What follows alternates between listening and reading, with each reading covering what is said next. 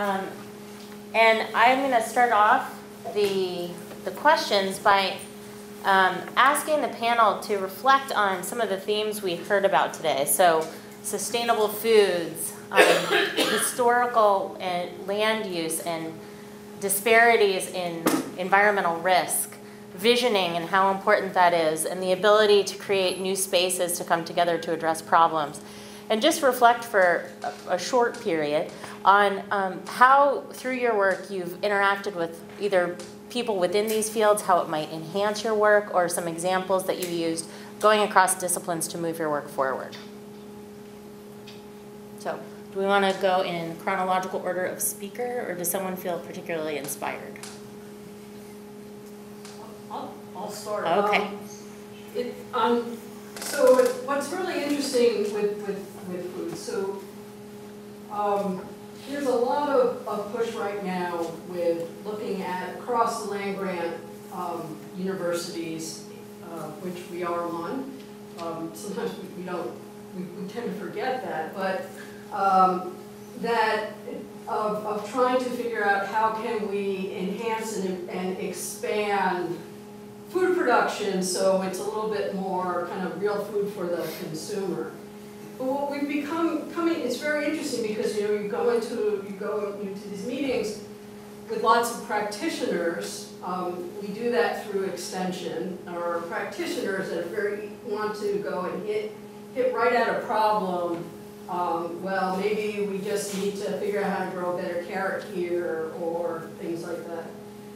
But as we look at comparing where we are in the Southeast versus where we are in New England versus the upper Midwest, or maybe Pacific Northwest, there is this underlying issue of equity and racism that really is having a major impact on our food system, especially in the southeastern U.S.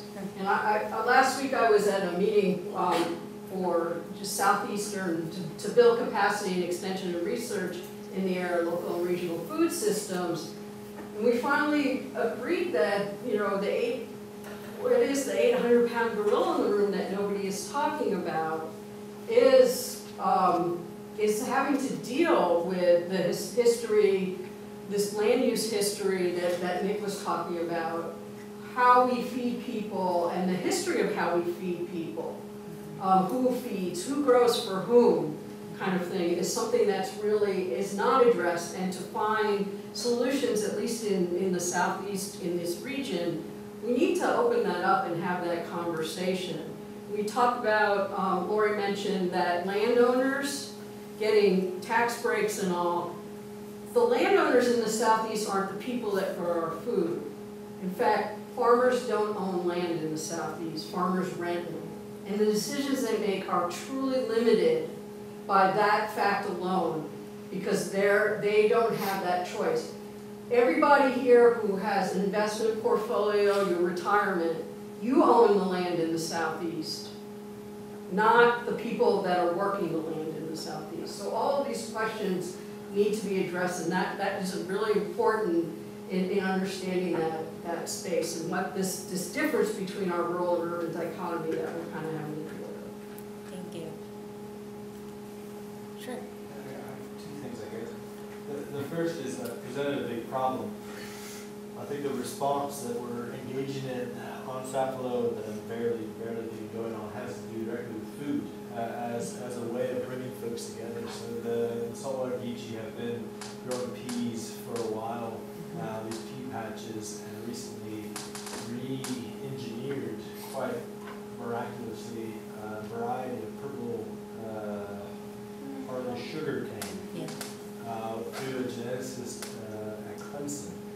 And so we're starting to have these conversations about bringing DNR in to clear a parcel of land which they've just done a preliminary clearing on, kind of going back and talking to community members about exactly how do they want to set up the cooperative structure in which we're imagining. And so essentially what it's doing is just getting people to talk. And ultimately, I don't know what will happen, but it's a great experiment to kind of think through sea level rise and urbanization conversation at the same time as kind of taking a more holistic approach.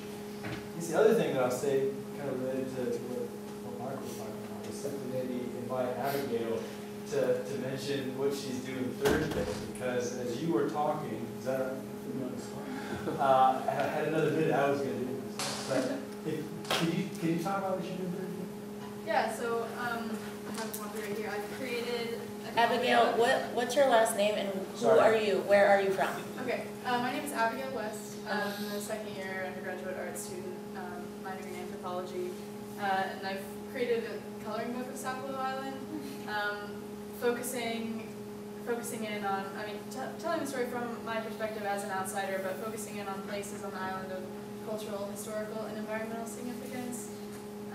And there's a launch party on Thursday at Hendershots from 4 to 6. That's just as another kind of opportunity for thinking about how can we represent some of these places and generate the kind of political conversation. It's not just, all the conversations, essentially, including the political conversation. Well, something I noticed in the talks, Nick, I keep thinking about the two maps you showed, but these sort of different stories about the same thing, the two governors, and that amazing sort of chart of producer to consumer and all the various pathways. These are things we need to be able to understand multiple layers of narratives to make sense of these things. And I'm just thinking, those tools have been developed, in the history of art and storytelling, from Kurosawa's Rashomon to any of Borges' stories. We have the ability to tell complex stories, but somehow, there's a disconnect, perhaps, is where I'll just leave that. Just think about how to bring it together. Something that hits me is, I think these issues that we're talking about are so huge, and they're tractable, but they're huge, and it's going to take tremendous investment, and there needs to somehow be hope at the end of it. And I think that's a place where on global climate change, the best we can do right now, unfortunately, is mitigate. That's not a real hopeful message, but that's one thing about a vision. If we had a vision for that, what is a hopeful vision? And that's one of the reasons why I love incorporating art, because I always smile. Even when I look at Mooch with what's that fellow's name? The Screamer. There's something in art that sort of transcends. It does have, what is it? Yeah. I meant the Screamer. Yeah. But to me, that's part of what the art part brings in. It does lead somehow to some kind of something beyond us, beyond just the problem, but something that's universal. Thank you. And we'll open up the questions to people on the floor if anybody has anything. If you prefer a microphone, I have one. Pretty sure Duncan doesn't need one. So Liz, during your talk, I started thinking about, when California was first to the drought, and market crops started shifting back to the southeast, we started seeing tomato culture in central Tennessee. The Nolichucky is just covered up with tomato farms right up to the stream banks now. And it's also happening in north and central Alabama.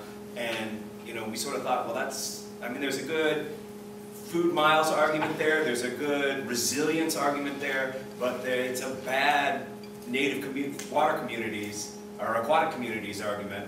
Those streams, many of them barely survived the last time we had market crops growing all over the southeast, and now we're shifting production back here.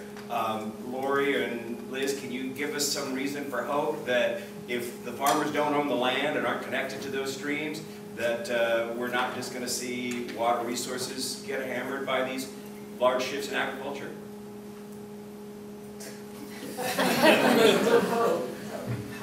I think that we absolutely are going to see a shift. We are seeing a shift in production. It doesn't show up quite in the ag statistics, and the fact of the matter is that that the commodity crops that we are growing right now they economically are not viable for our producers. In fact, a lot of our cotton producers this year grew watermelons. in their fields, because it just didn't make sense to the value of cotton right now. The manipulation of China is terrible. So we are going to see more of that.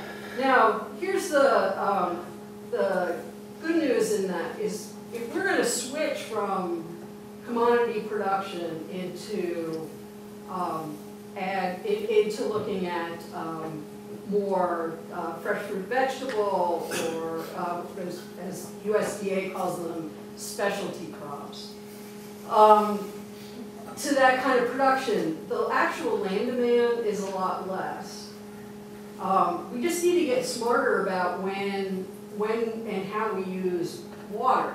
Now, it has never been an issue before, and it's just starting to, in our producers starting to actually think about that. But just also remember, the farmers that we're talking about today are not the same farmers that we're talking about in 5 years from now. The average age of farmer in the U.S. is 60 years old. Just because we're growing vegetables in North Carolina, you know, phosphorus and nutrient pollution is not inevitable. We certainly have examples all over the country where regulation and other incentives have been put in place to reduce that. We just don't yet have the political will to do that in North Carolina. There are great examples of South Georgia. We actually, for a while, had a lot of the California corporations now still maybe are buying up land in Georgia because they understand the drought. It's like they must not know about our drought or what's going on with Alabama and Florida. But there are great examples down in South Georgia where you have folks who are engaging in really sustainable irrigation practices. There are also examples of farmers who have land and conservation easements, and they're managing their property both for forest, silviculture, and indigo snake and tortoise habitat. So, you know, we do have great examples. It's just they haven't been adopted widespread. Stay tuned for the talk on regenerative agriculture later on this afternoon. Questions, comments?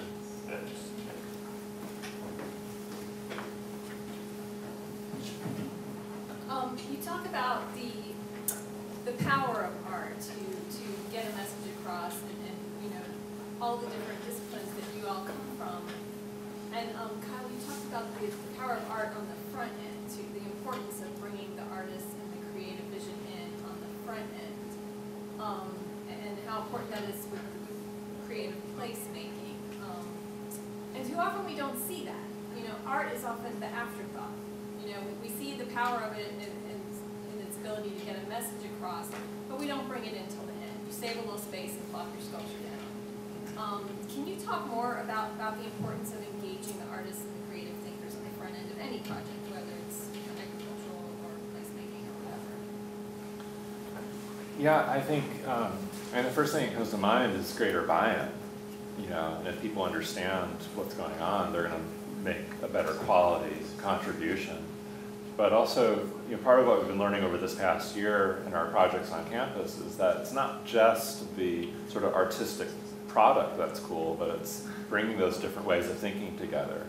And it seems like a missed opportunity to sort of tap into those different approaches and traditions at really the generative kind of brainstorming stage. You know, creative placemaking, you know, as you know, is sort of, there's the unfortunate cliche of someone from outside kind of parachuting in and making something that's totally tone deaf to the needs of the actual community. And so that's a real on-the-ground place, on-the-ground example of where a community could set out a sort of ethos of involving, you know, even if they end up bringing in an outside artist, which is oftentimes a great thing to do, to have local artists or just people who identify as creative involved in those conversations and planning sessions.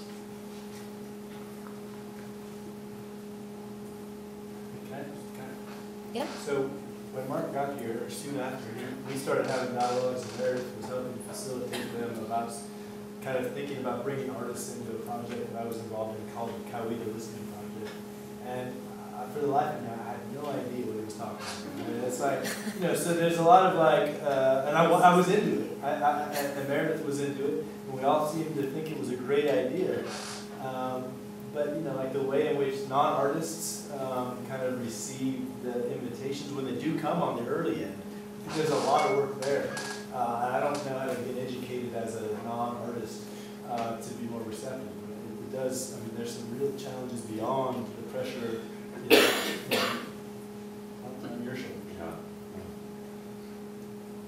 I don't know if you saw Elizabeth Core when she was here from the Natural Resource Defense Council, but one of the slides that she showed us was this artist in residence, as Mark says, just listens in on meetings. And so one of the things she began to understand is the threat to pollinators, and look at what some potential solutions are. So she made this food cart, looking as a food cart, and they're made of these, what she gives away from the food cart are these beautiful balloons that are biodegradable. Really lovely in themselves, but inside are the milkweed, the seeds. And what a beautiful visual concept that everybody can understand. And then they can take it out to their own backyards or the field, pop it, it degrades, and then you've actually dispersed and provided what the pollinators need. And that's the kind of thing that just is visceral and grabs you in the gut and the heart and the brain. So Nick, I have a question for you. You mentioned that OBG people are losing land in islands. So is there any just because of taxes, because they cannot pay such a high rate of tax, or that is because of the property legal documents, to absence of legal documents, especially the title? I mean, there's a range of things going on. I mean, there are a lot of folks, because the property value has gone up, just want to sell their land to make money. There are folks whose tax rates are going up and they can't afford to pay them, so they're going delinquent on paying the taxes, and their lands they get sucked up and foreclosed upon and then sold at public auction with the sheet. So I mean, there's a whole set of rapidly, I guess underlined, rapidly changing private property relations as a result of the pressure from the off-island kind of new residents.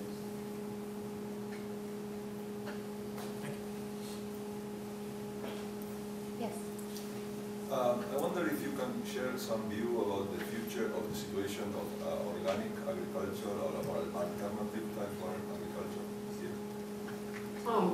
Well, you're going to have a talk on regenerative agriculture and pasture in the next group. So we recognize that we have to reduce our inputs into our ag production systems. So that's nutrients and pesticides, et cetera, in the reality. So we have to be real careful we throw around this word organic. Organic is really related to the condition of the soil.